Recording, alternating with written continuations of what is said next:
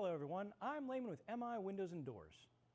One of the more popular trends in the fenestration industry right now has got to be the increasing size of sliding glass doors. Whether it's new construction or replacement, customers are going bigger and bigger to let in as much natural light as possible. One of the best ways to do that is with MI's 1615, 1617, and 1618 sliding glass door program. And today, we're going to show you how to install it.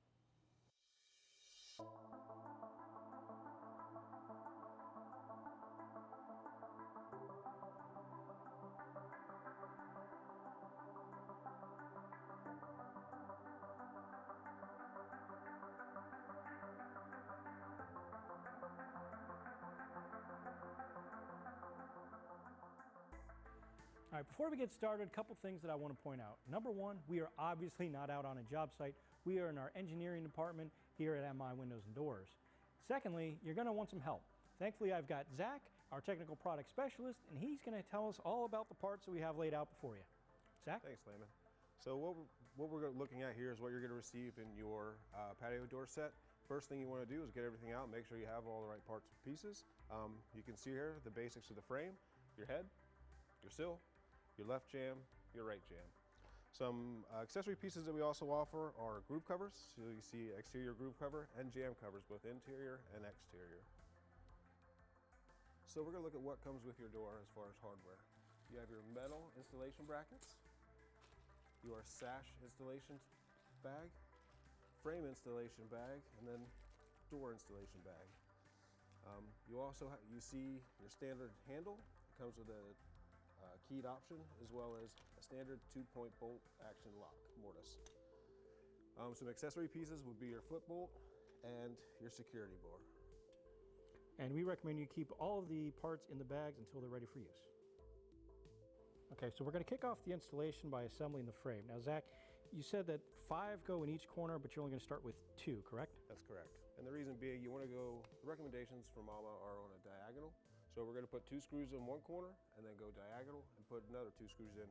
If you don't do that, this is going to cause a bow in the frame as you put it together.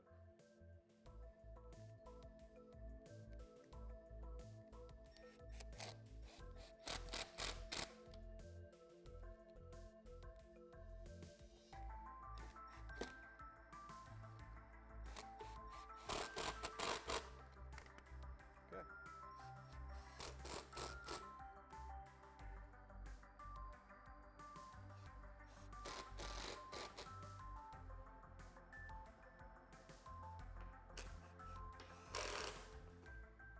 And once you've completed those corners, you can repeat the process on the other 2. All right, once all the screws are in place, you want to make sure everything is square, level, and plumb.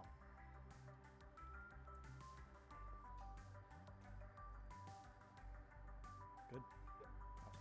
Next, we're going to install the metal anchor brackets. Zach, why don't you tell me a little bit about how you measure those out? So first we're going to go 3 inches off the edge of the frame, put it in sideways, turn it so it's locked into place. You want to be about 3 inches off the edge of the frame. Once it's installed, you want to take your pan head screw,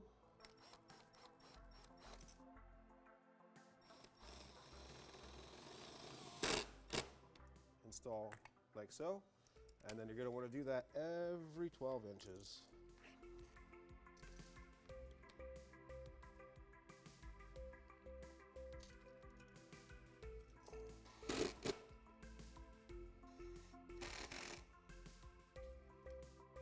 All right, before we put the frame into place, we're going to install the interior groove covering. Zach, how do you do this? So this is just a snapping piece that goes in your accessory groove here. You start, it has a beveled edge, start on the corner. Once you have it snapped in place, just work your way around the entire frame.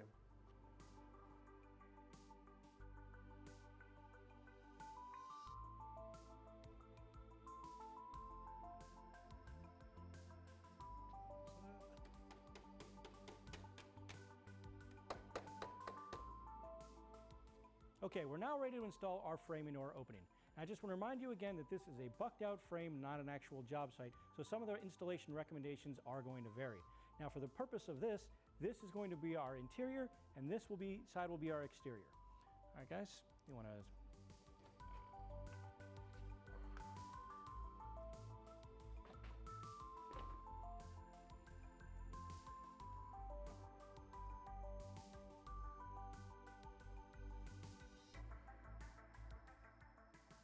Once the frame's roughly in place, you want to put shims where necessary. And once you have the frame in, it's a good time to double check, make sure everything is level and plumb. All right, now that the frame's roughed into place, Zach, what's next? All right, you have a couple different options on installation.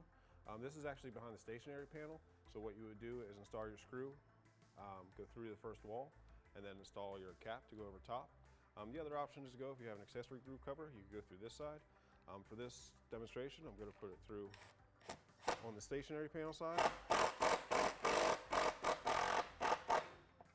like so. Once you finish putting in all your installation screws, you have the option for a screw hole cover or a jam cover for a more aesthetic pleasing look. One of the major benefits of the 1615 is that it comes with a factory prepped sill. Zach, you want to go through the parts here on the sill? Absolutely. You see your mono rail track system, your dust cover, your molded sill weather seal, as well as your sliding rail anchor block, your insect stop, and your outside cladding. All right, we are now ready to install the stationary panel. And what they're going to do is they're going to insert it into the top at a slight angle and then drop it down into the sill and slide it into position. All right, Zach, now that we've got the stationary panel into the position, what do we do next? All right, so now we're going to do some weatherization and insect stops. These are your foam pads, also referred to as marshmallows. You're going to install two like so. Once they are installed, we'll be able to push this panel completely over. We're going to check plumb level square and install the panel. All right, we're now ready to secure the stationary panel to the frame using pan head screws.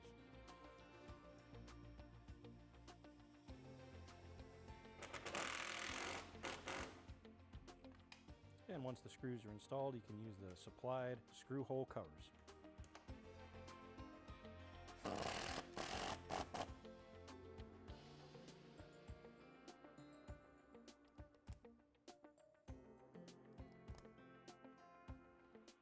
Okay, now that the panel's secure, we can finish installing the foam pads.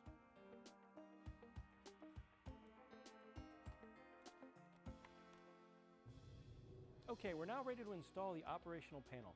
You want to make sure it's in the correct position with the roller sticker pointing to the bottom and working from the inside of the frame.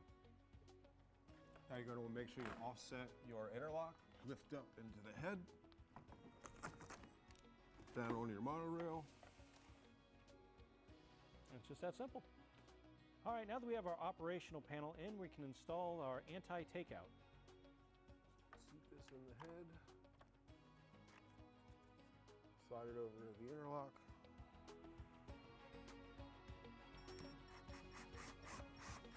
And we do the same thing on the interior.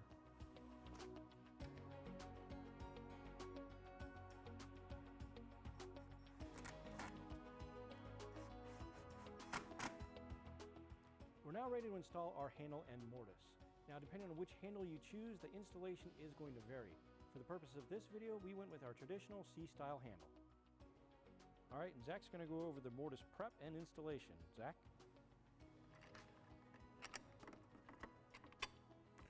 Prep your shims. Make sure the V is always facing inward.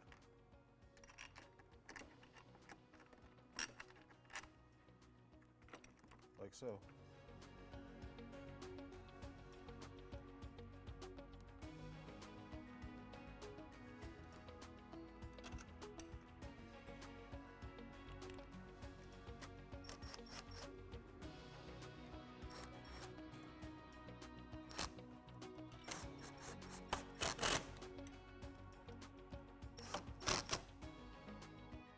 We're now ready to install the handle. You want to have one person on the exterior side holding the handle while the interior person installs the lock lever and handle.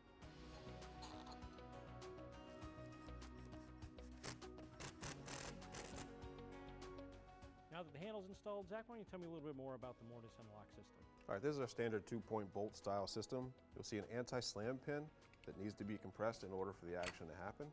After these two bolts are out, you can see independent adjustability from the top to the bottom. So these you can adjust independently. For an example of how this works, this is your keeper. We're going to dry fit it. You'll see that it pushes that compression pin, and now you can see that it's locked. Also, you can see the adjustability between top and bottom. We're now ready to install the keeper. There are several different ways you can measure for this. One of the easiest ones is to measure from the sill up to the keeper.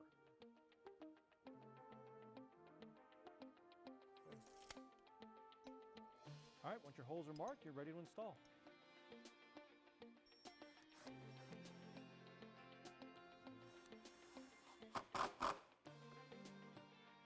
Once you have the first 2 screws of the keeper in, you want to check and make sure everything's lined up correctly. And if you go to lock it and it doesn't go all the way up, there are adjustments we can make. If things don't line up initially, you can make some adjustments to the mortise. Zach, why don't you explain what's going on here? All right, so what we're going to do is hit our anti-slam pin, bring our bolts out, top and bottom, again, independently adjustable.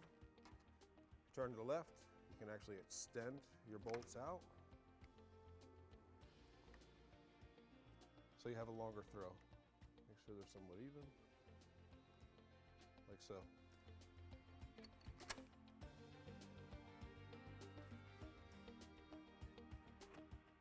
All right, now that everything lines up, we can install the remaining hardware.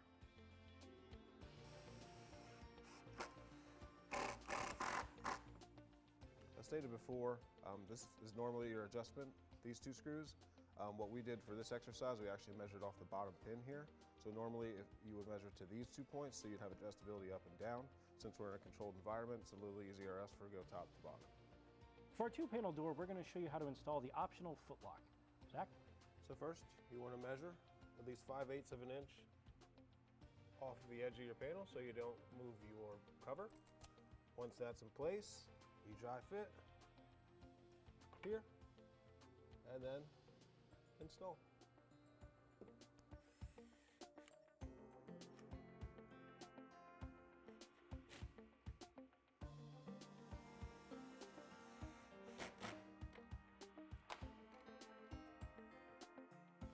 All right, we're now ready to install our screen, and this is going to pop in the exact same way that our glass panels pop in.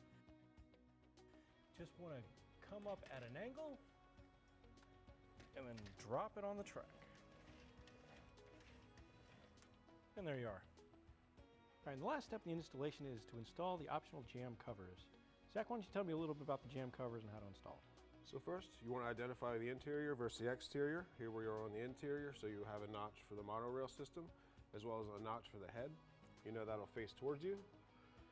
You're going to want to start at the top, seat this in your head, slowly make your way down. You can actually hear once you start to get it in place, it pops in place. And then just work your way the entirety of the door. And with that, your 1615 is complete. Next, we're going to move on to the 4-panel. All right, we're now ready to move on to the 1617 4-panel door system. You may have noticed we have skipped ahead quite a bit. That's because the installation process to this point, the frame, the panels, even the lock, is exactly the same as the 1615. The first thing that's different is installing the astragal. All right, now before installing the astragal, we have to install the wooden keeper blocks. Zach, you want to explain a little about that? Yep, absolutely. Since we're now using the metal reinforcement, we don't need the long wooden maul, so we can put these guys in top and bottom with the pre-drilled holes, and this is what your keeper will screw into.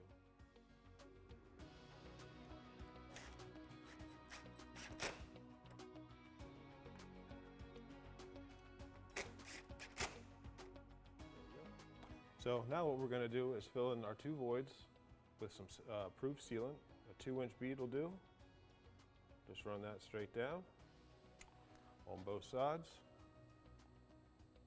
like so.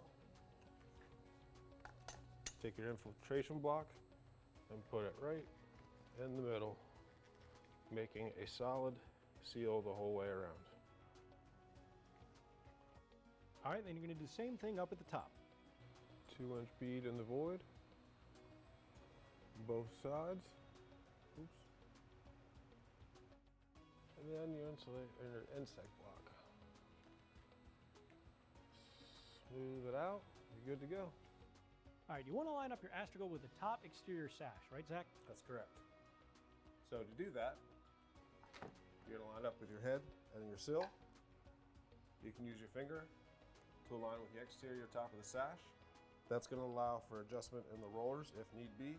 And from there, you're just going to install your 4 installation screws, and that'll attach your astragal. There you take your self tapper, feed it in,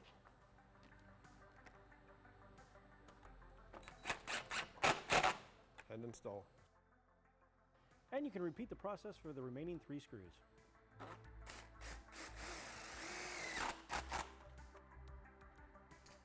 All right, it's important to note here that the top and bottom holes do not get screws, just a screw plug.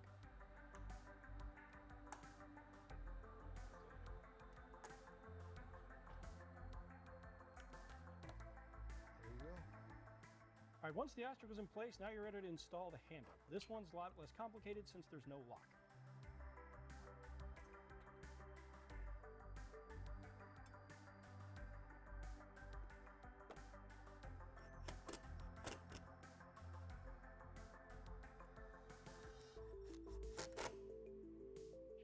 All right, we're now ready to move on to the screens. The 2 screens pop in the same exact way they did with the 2-panel version. Only difference is once both are installed, then you need to install the astragal. Now, the astragal will install on either side, but we highly recommend you do it on the same side you did your glass panel astragal. Okay, so we're going to start at the top, line up with the bottom. You want to leave a gap at the top and the bottom for expansion, contraction, and also screen adjustment. So one thing we want to note after we have our spacing at the top and the bottom, that we have the flat piece of the astragal facing the interior.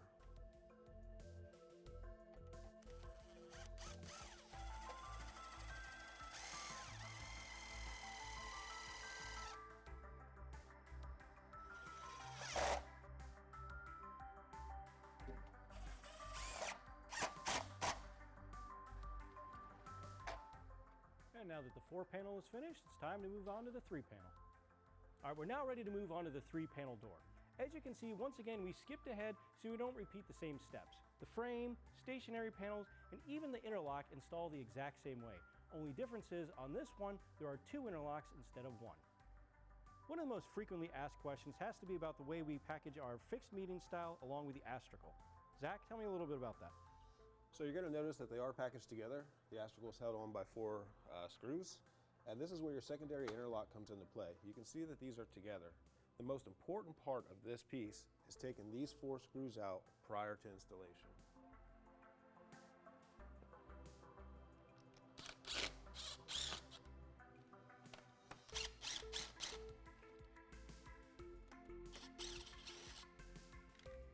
Now we can separate your astragal and your fixed meeting style.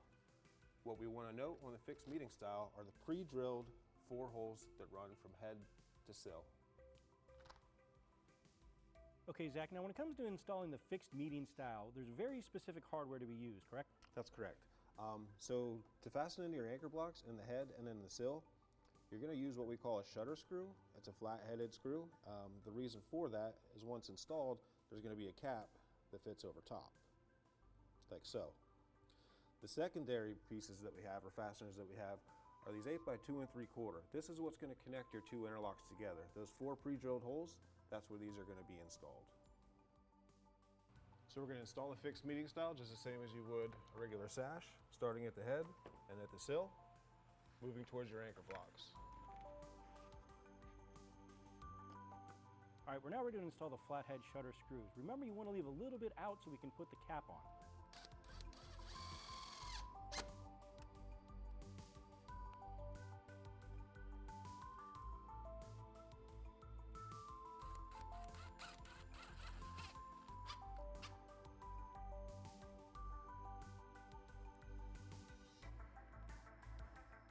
Before installing the remaining screws in the fixed meeting style, you want to make sure the reveal is even from head to sill. And now you can install the remaining screws.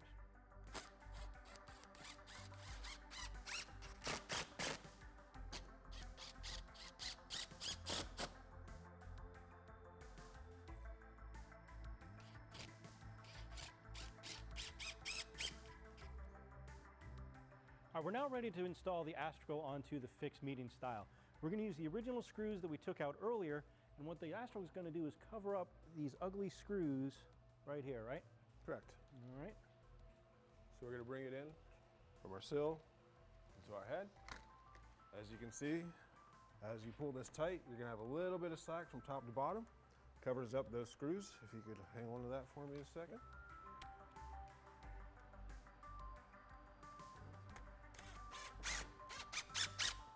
And there you are. All right, and you can do the same thing with the remaining 3 screws.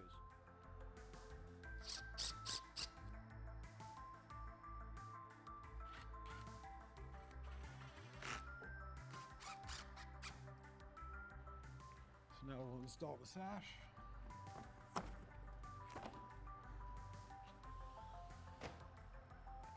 There you are. And the handle installs the exact same way as it did with the 2-panel version. All right, once you've installed your handle, we can now move to the other side and install the screen. First thing we want to do is install the astragal. Now you want to line the astragal up 3/8 of an inch from the edge. So the easiest way to do that is to mark some holes.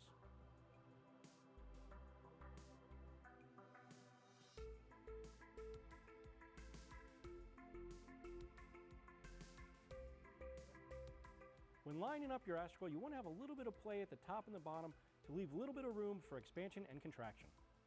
Once you've lined up your astragal 3/8 of an inch from the edge, you want to secure it to the fixed panel. Then you're going to drill 4 pilot holes.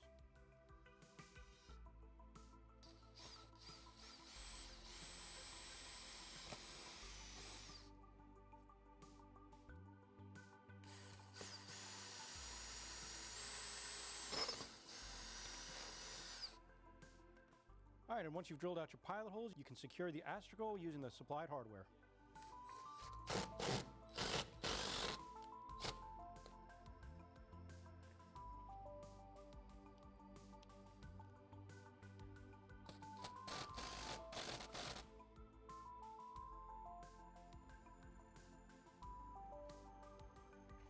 We're now ready to install the keeper for the screen. Zach, why don't you tell me a little bit about the hardware? So this is your standard hardware that comes in your bag. You'll notice on an OXO configuration, you're going to have the smaller 3/8 screws in your hardware bag. You're going to disregard these and only use the 3/8 screws so they don't go through the astragal.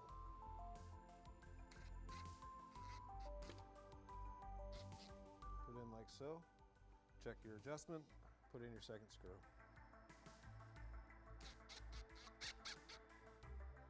There we go. And your installation is finished.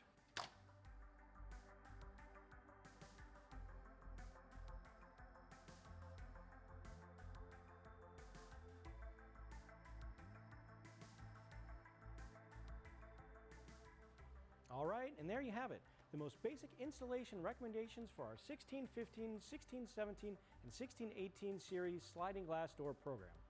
Again, and I cannot stress this enough, this is in a controlled environment in our engineering department, not out on a job site. Real-world applications may vary. Well, I certainly hope you found this installation video informative and helpful, and until next time, I'll see you on the other side of the glass.